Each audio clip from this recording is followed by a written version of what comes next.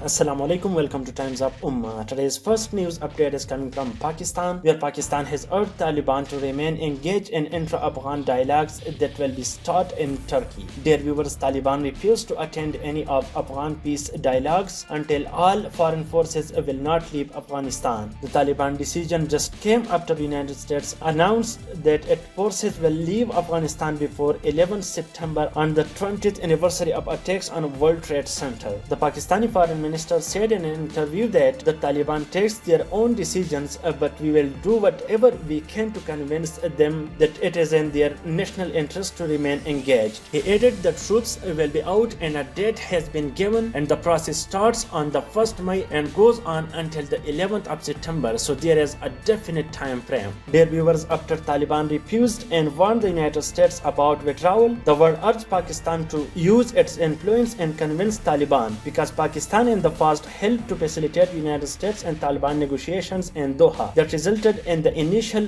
1st May withdrawal deal. Dear viewers, there is a high threat of civil war inside the Afghanistan if the United States forces leave Afghanistan. But here I must tell you that Taliban have the control of more than 70% of the Afghanistan, and they can stop any civil war in Afghanistan.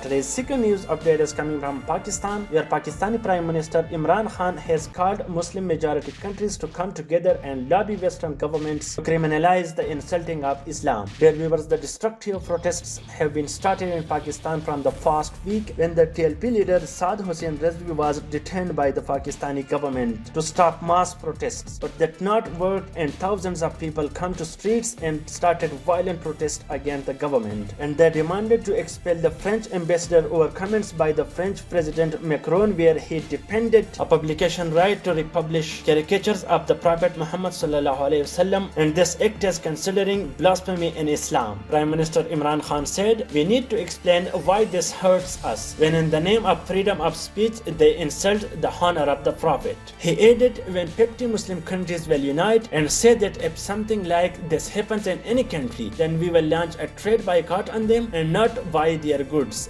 That will have an effect." Dear viewers, the violent protests caused 4 policemen killed and over 800 wounded. But we hope France will reverse its decision and make apology what it did, or the ties between both countries can cut off, because the Pakistani civilian love the Islam and they can get killed but can't tolerate insult of their holy prophet.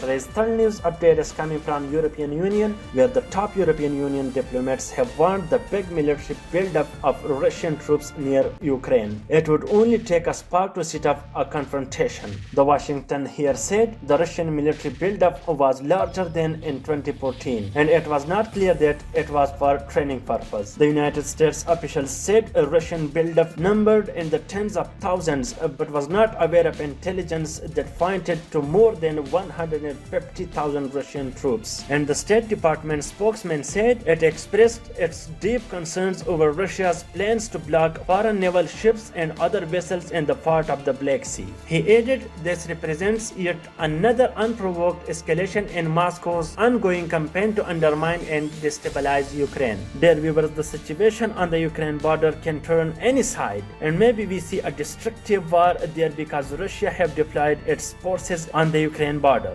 Despite United States and Russia ties has not just at a good stage, but maybe NATO also took its part if anything worse will happen. Dear viewers, if you want top news of each day, please subscribe Times of Ummah.